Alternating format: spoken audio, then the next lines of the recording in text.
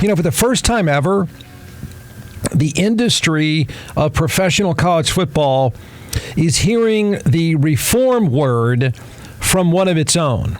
This is completely uncharted territory, that it would be somebody from inside the business of professional college football, not some academic stiff, not some righteous do-gooder, but somebody ultra powerful from the inside says, that's it. This has got to be straightened out.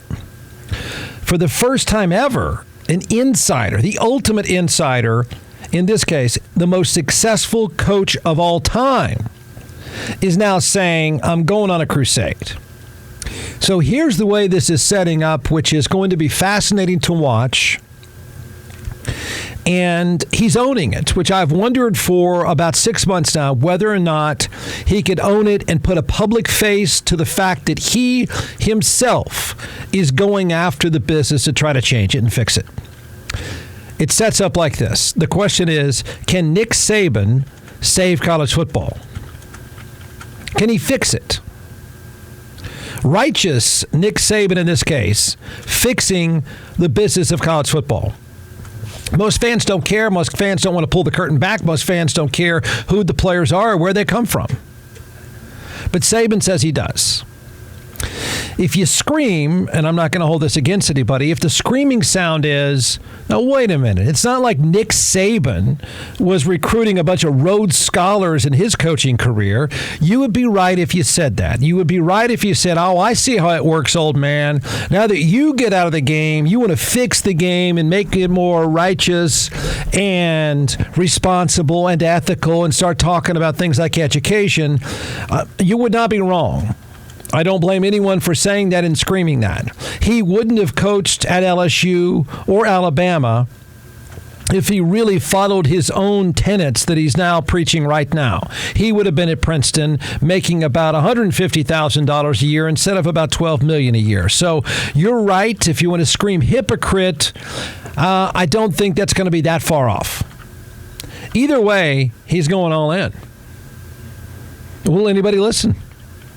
Can the guy with the most trophies make the sport listen and make it change?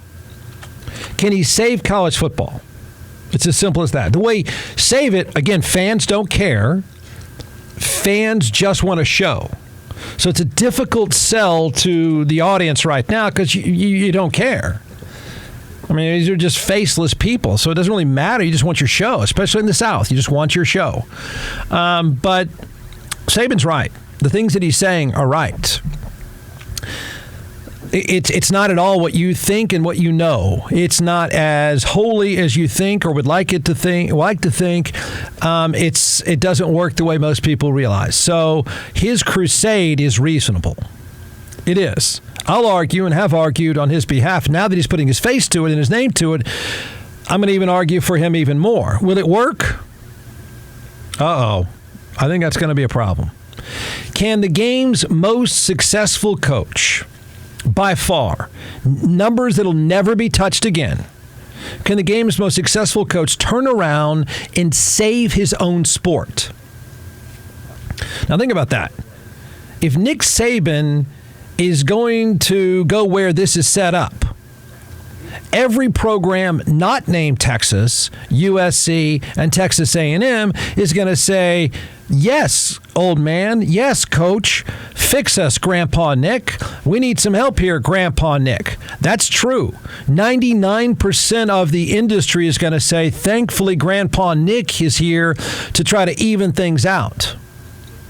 Texas, the University of Texas, the sugar daddy of the sport, the richest by a large margin, is going to say, the old man, move on now. It's time to move on. Things are fine. It is a fascinating setup. How does it play out? Well, you know what? This past week or maybe a week ago, I don't know when it was, I believe I called the context of current college football players, paid mercenaries, Nick Saban is going to go slightly softer, but he's saying the same things. He goes to ESPN where he's now employed. I don't think he's going to be very good as an analyst. I don't think he'll be objective enough. I don't like it. I don't think it's going to work very well. But I do find the old man's position healthy and righteous, and he's not wrong. College football's changed a lot in the last few years, whether it's transfer portal, NIL, all the things that are different. What effect, if any, did that have on you as you were evaluating what to do next? It did not have any effect on my decision, but I will be dedicated to college football and the future of college football and trying to make that sport, as well as other sports in collegiate athletics, whether they're revenue producing or not, because I think they all create opportunities for lots of people. I'm going to be an advocate for trying to make the game as good as it can be. How do you think you'll find satisfaction in the competitive spirit that you have in the aftermath of coaching? Well, I'm going to keep working. I mean, I don't want to get up and watch Netflix. I mean, I want to do something. You know, I have some businesses. Maybe there's some other opportunities out there for me somewhere, but I can think of one. But well, go ahead. I'm sorry. And I'd probably, like to do that, but. Somebody told me once, you can't start a broadcasting career when you're 80. We've been in the presence of greatness, and we're grateful for it. Okay. Here's what he went on to say at some point, which I think is the important takeaway from all of this. ESPN is reporting, that was done on ESPN, that interview. Nick Saban is retired from coaching, but he emphasized he isn't retired from doing his part to help bring some reform, uniformity, and, quote, common sense to college football and the lingering chaos surrounding the sport. He's 72, by the way. He's going to be an analyst. I'm not supposed to say this. I don't think he's going to be very good because I don't think he'll be objective enough. And he's not entertaining. He's not dumb, and he's right about where he's going, I think.